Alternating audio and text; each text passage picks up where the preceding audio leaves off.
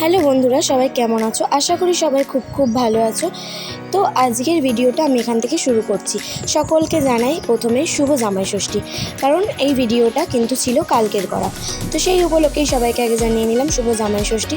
তো চলো, আগেই প্রথমে বিছানাটা ক্লিন করে নিয়েছি ঘুম থেকে উঠে, তারপরে পুজো দিয়ে নিয়েছিলাম, তারপরে চলে গেছিলাম রান্নাঘরে, কারণ আজকে যে জামাই ষষ্ঠী, আমি কালকেই চলে এসেছিলাম মামার বাড়িতে, আর বাবা মা আজকে আসবে। তো তোমাদের সাথে কথা বলতে বলতে দেখো এখানে বাবা মা কিন্তু চলে এসেছে।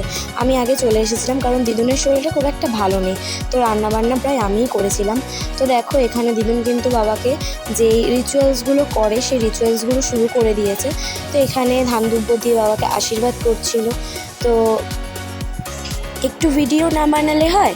আজকে বিশেষ একটা দিন, যেহেতু জামাই ষষ্ঠী বলে কথা। এই বছর কিন্তু আমার বাবা মার 19তম জামাই ষষ্ঠী। বাপরে, ভাবা যায় 19 বছর কিন্তু পরপর একসাথে 19 বছর কিন্তু জামাই ষষ্ঠী খাচ্ছে। তো এই দিনের মজাটা কিন্তু খুবই একটা অন্য রকম, প্রত্যেক বছরই আসে।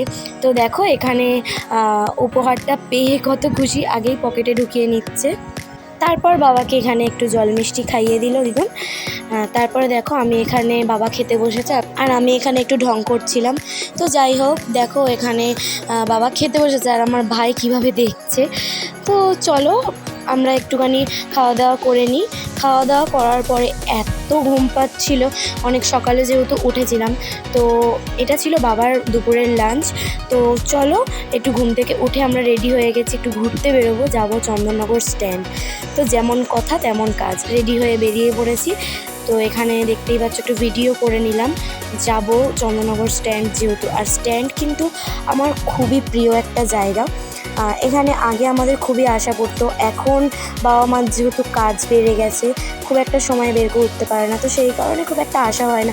আর এখানে এত সুন্দর হাওয়া দিচ্ছিল বলার মতন না, ওখান থেকে তো বাড়ি আসতে ইচ্ছে করছিল না, আমাদের বাড়ি ফিরতে ফিরতে 11টা বেজে গেছিলো। তো এখানে একটুখানি আমি আর মা দাঁড়িয়েছিলাম, সেটাই একটুখানি দেখিয়ে নিলাম।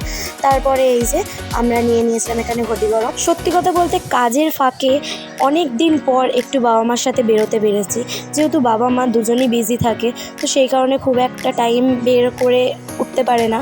তো আজকে ফ্যামিলির সাথে সময় কাটিয়ে এতটাই মানে মাইন্ডটা ফ্রেশ হয়ে গেছিলো, সেটা বলার মতন না। খুব এনজয় করেছি আজকের দিনটা। তো তারপরে আর কি বাড়ি যাওয়ার জন্য চলে যাচ্ছিলাম, যেহেতু রাত হয়ে গেছে, 11টা বেজে গেছে। আর বাড়িতে ভাইকে যেহেতু রেখে এসেছিলাম, ও একটু কান্নাকাটি করছে, আর গাড়িতে না 4 জনের একসাথে হয় না, তো সেই কারণেই আজকে ভাইকে বাড়িতে রেখে এসে 3 জন ঘুরতে এসেছিলাম। তো চলো আজকের মতন ভিডিওটা আমি এখানেই শেষ করছি। সবাই ভালো থেকো, সুস্থ থেকো। আবারও একটা কোনো সময় নতুন ভিডিওর সাথে আসবো, ততক্ষণ টাটা।